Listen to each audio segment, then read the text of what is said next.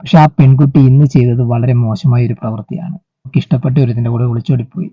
പോയത് തെറ്റാണെന്ന് നമ്മൾ പറയുന്നില്ല. നിനക്ക് അഖിലിനെ ഇഷ്ടമല്ലായിരുന്നു എങ്കിൽ നിയമപരമായി ബന്ധം വേർപെടുത്തിയതിന് ശേഷം നിനക്ക് പോകാമായി. എന്തിനാണ് കൂടെ നിന്ന് ചതിക്കുന്നത്?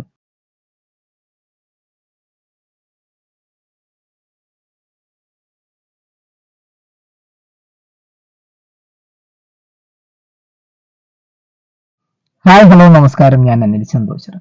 ഈ ഒരു വീഡിയോ നമ്മൾ എല്ലാവരും കണ്ടതാണ്. കേരളത്തിൽ തന്നെ വളരെ ആഡംബരമായി നടന്ന ഒരു കല്യാണമാണ് അഖിൽ NRD എന്ന് പറഞ്ഞ ആ ഒരു യൂട്യൂബ് ചാനൽ. നമ്മളെല്ലാവരും അഖിൽ NRDയുടെ യൂട്യൂബ് ചാനൽ കാണാറുണ്ട്. ഒരു വീഡിയോ എങ്കിലും കാണാത്ത ഒരു മലയാളികൾ പോലുമില്ല. കൊച്ചു കുട്ടികൾക്കാണ് അദ്ദേഹത്തിന്റെ വീഡിയോ കൂടുതൽ ഇഷ്ടപ്പെടുന്നത്. വ്യത്യസ്തമായ രീതിയിലുള്ള വീഡിയോസുമാണ് അദ്ദേഹം ചെയ്യുന്നത്. പക്ഷെ ഒരു കാര്യം ഞാൻ അഖിലിനോട് പറയുകയാണ്, ആദ്യം തന്നെ അഖിലിനൊരു ബിഗ് സല്യൂട്ട്. ജീവിതത്തിൽ ഇത്രയും തളർന്നു നിൽക്കുന്ന ഈ ഒരു നിമിഷത്തിലും അഖിലിന്റെ മനസ്സ് കാണാതെ പോകരുത്.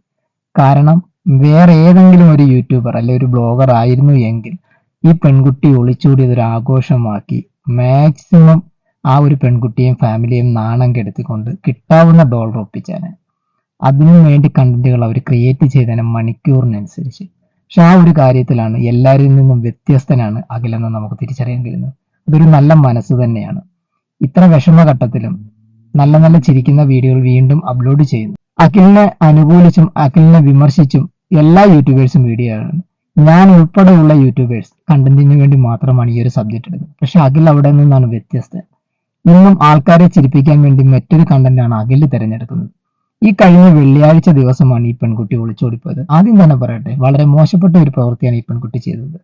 മേഘ എന്ന ഈ ഒരു പെൺകുട്ടിക്ക് അഖിലിനെ ഇഷ്ടമല്ല, അഖിലിന്റെ ഭാഗത്ത് എന്തെങ്കിലും തെറ്റുകളുണ്ടെങ്കിൽ നിയമപരമായി ബന്ധം ഒഴിഞ്ഞതിന് ശേഷം മറ്റൊരാളുടെ കൂടെ പോകാമായിരുന്നു. അതല്ല ആ പെൺകുട്ടി ചെയ്തത്.